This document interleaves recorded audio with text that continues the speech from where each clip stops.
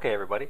I think one of the best ways you can improve YouTube videos is, at least the ones that are filmed outside, if you could do something to remove the noise from the wind.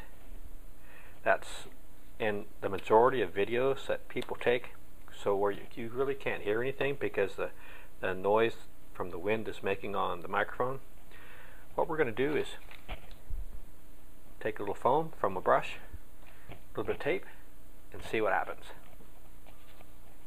We got our camouflage tape on. Let's see what happens. Tape on, and now taking the tape off. Tape off.